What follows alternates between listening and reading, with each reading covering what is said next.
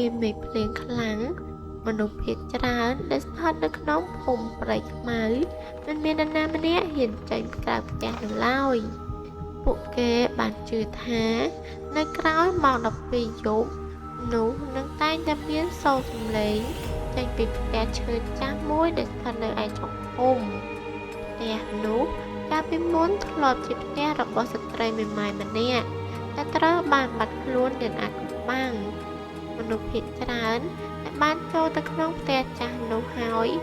នោះមិនដែលត្រឡប់មកវិញដោយសភាពប្រក្រតីដូចដើមនោះទេនៅក្នុងយុគមួយមានក្មេងប្រុសម្នាក់ឈ្មោះថាវិចិត្រព្រមទាំងមិត្តភក្តិទាំង3នាក់របស់គេបានសម្រេចចិត្ត live stream ចូលផ្ទះខ្មោចដើម្បីស្វែងរកវីដេអូនៅក្នុង YouTube នៅពេលដែលពួកគេឡើងទៅដល់ជាន់ខាងលើកាមេរ៉ារបស់ពួកគេក៏ចាប់បានរូបរបស់ស្ត្រីសុវេទម្នាក់កំពុងតែឈរនៅទីងងឹតមិត្តម្នាក់របស់គេបានសើចរួចបាននិយាយថាអ្នកណាគេស្លៀកសម្លៀកបំពាក់អាវបែបបុរាណចាស់ខ្លាំងណាស់ភ្លាមនោះអេក្រង់ទូរស័ព្ទរបស់ពួកគេក៏បានលោតសំឡេងជើងមួយក៏បានបន្លឺឡើងក្រែកវាបានដើរខិតជិតមករកពួកគេវិចិត្របានបើកផ្លាស់ឡើងវិញតែស្ត្រីនោះបានឈរនៅពីមុខរបស់ពួកគេត្រឹមតែមួយដង្ហើមតែប៉ុណ្ណោះវិចិត្របានបើកផ្លាស់ឡើងវិញតែស្ត្រីនោះបានឈរនៅពីមុខរបស់ពួកគេត្រឹមតែមួយដង្ហើមតែប៉ុណ្ណោះភ្នែករបស់នាងមានពណ៌ខ្មៅទាំងស្រុងបបោមាត់របស់នាងបែកដល់ត្រចៀកនិងដៃវែងខ្មៅកំពុងតែអស់នៅលើជញ្ជាំងមិត្តម្នាក់បានស្រែកហើយបានរត់ចុះទៅខាងក្រោមក៏ប៉ុន្តែទ្វារផ្ទះត្រូវបានបិទគប់ដោយខ្លួនឯងបន្ទាប់មក live stream ក៏បានដាច់នៅថ្ងៃបន្ទាប់អ្នកភូមិបានរកឃើញទូរស័ព្ទមួយនៅខាងមុខផ្ទះឈើនោះនៅក្នុងវីដេអូចុងក្រោយបានឮសូរសំឡេងក្មេងៗស្រែកយំនិងស្ត្រីម្នាក់ដែលបានខ្សឹបថានៅជាមួយខ្ញុំកុំចាក់ចេញទៅណាតាំងពីថ្ងៃនោះមករៀងរាល់យប់ម៉ោង12គេតែងតែឃើញ live stream ថ្មីមួយបានបង្ហោះចេញពីផ្ទះឈើនោះទោះបីជាគ្មាននរណាម្នាក់កំពុងតែ live វាក៏ដោយបន្ទាប់ពីវីដេអូនោះបានទទួលល្បីនៅពេញបណ្ដាញសង្គមមនុស្សរាប់ម៉ឺននាក់ក៏បានចូលមើល live stream អាថ៌កំបាំងជារៀងរាល់យប់ម៉ោង12អេក្រង់បានបង្ហាញតែផ្លូវងងឹតនៅក្នុងផ្ទះឈើចាស់នោះមានមនុស្សមានសំឡេងតែនៅពេលដែលមានអ្នកខមមិនសួរថាមាននរណានៅទីនោះនៅលើអេក្រង់ក៏ស្រាប់តែមានអក្សរឆ្លើយតបដោយខ្លួនឯងជួយពួកយើងផងអ្នកទស្សនាបានគិតថានេះគឺជាការប្រេងតែបន្តិចក្រោយមកកាមេរ៉ាក៏បានបង្វិលយឺតទៅខាងជញ្ជាំងខាងស្ដាំមានស្នាមក្រចកឆ្កោតពីពេញជញ្ជាំងនិងអក្សរសរសេរដែលជាងថានាងនៅខាងក្រោយរបស់អ្នកក្នុងជាច្រើនបានសោចតែមានអ្នកមើលម្នាក់ដែលមានឈ្មោះថាតារាកំពុងតែ live តែម្នាក់ឯងនៅក្នុងបន្ទប់គាត់បានអានអក្សរនោះហើយបានញញឹមថាគំរាមអីក៏គួរឲ្យខ្លាចម្ល៉េះភ្លាមនោះកញ្ចក់នៅពីខាងក្រោយខ្នងរបស់គាត់បានបង្ហាញឲ្យឃើញសមត្ថស្ត្រីសក់វែងម្នាក់កំពុងតែឈប់ក្រោយខ្នងរបស់ពួកគាត់ពិតតារាខ្លាចហើយគាត់ក៏បានទៅហៅបែរខ្លួនទៅក្រោយក៏ប៉ុន្តែមិនឃើញមាននរណាម្នាក់នោះទេគាត់បានដកដង្ហើមយ៉ាងធំហើយបានបែរមុខមកកាន់អេក្រង់វិញមុខរបស់ស្ត្រីនោះបានបិទជិតពេញអេក្រង់ភ្នែកខ្មៅជ្រៅមាត់ញញឹមបែកដល់គុំត្រចៀកនាងបានខ្សឹបប្រាប់ថា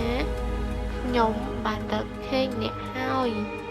លើនៅក្នុងផ្ទះខាងមុខក៏បានរលត់អ្នកជិតខាងបានលើសូរសំឡេងរបស់តារាបានស្អែកខ្លាំងពេលដែលពួកគេបានបើកទ្វារមកបន្ទប់នោះគឺទទេឃើញមានតែ laptop មួយនៅលើតុ កំពុងតែ live stream នៅក្នុងផ្ទះឈើចាស់នោះហើយនៅលើអេក្រង់គេបានឃើញតារា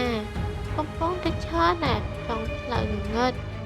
ក្នុងផ្ទះខ្មោចក្បាលទម្លាក់ចុះមកយ៉ាងយឺតៗរួចគាត់បានងើបមុខឡើងភ្នែករបស់គាត់ខ្មៅទាំងស្រុងបន្ទាប់ពីតារាបានបាត់ខ្លួនប៉ូលីសបានព្យាយាមបិទ account live stream នោះជាច្រើនដងប៉ុន្តែជារៀងរាល់យប់ម៉ោង 12 វានៅតែ live ដោយខ្លួនឯងឡើងវិញហើយ subscribe ក៏ចេះតែឡើងមិនឈប់មនុស្សខ្លះបាននិយាយថាអ្នកណាដែលមើល live ដល់ចប់នោះនឹងឃើញរឿងឡើងតែផ្សាយនៅក្នុងផ្ទះនោះដោយខ្លួនឯងនៅយប់មួយមានក្មេងស្រីម្នាក់ឈ្មោះថាលីណាបានសម្រេចចិត្តបង្ហាញថាវាគ្រាន់ជាវីដេអូកាត់តតែប៉ុណ្ណោះនាងបានបិទភ្លើងបន្ទប់រួចបានអង្គុយមើល live stream នោះរហូតដល់ចប់តែម្នាក់ឯងនៅតាមវីដេអូអ្វីៗហាក់បីដូចជាធម្មតាផ្លូវងងឹតសំឡេងខ្យល់វាឈើដែលឮសូរសំឡេងក្រីក្រតែបន្ទាប់ពី13នាទី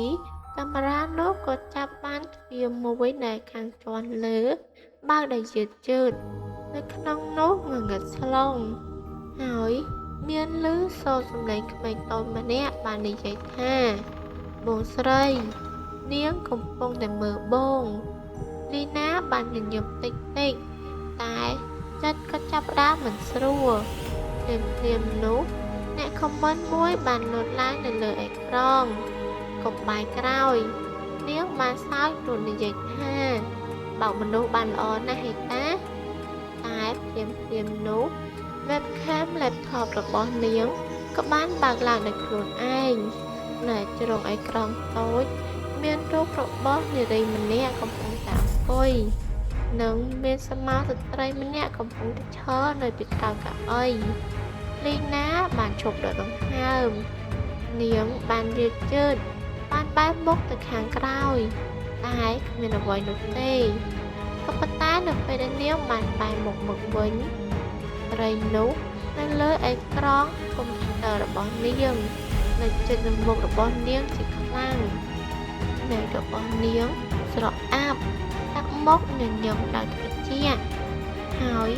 ដៃស្បែករបស់នាងបានលូតមកយ៉ាងវែងជិតអេក្រង់យ៉ាងយឺតលីណាស្រែកហើយទាញ laptop នោះសម្លាក់អេក្រង់បានបែកខ្ទេចទុកទាំងមូលក៏ចាប់ដើមស្ងាត់បន្ទាប់ពីក្រោមគ្រែក៏មានឮសំឡេងសត្វមួយបាននិយាយថាខ្ញុំនៅទីនេះខ្ញុំនឹងតាមរកអ្នកណាដែលកំពុងមើល live stream នេះរហូតដល់ចប់តែម្នាក់ឯង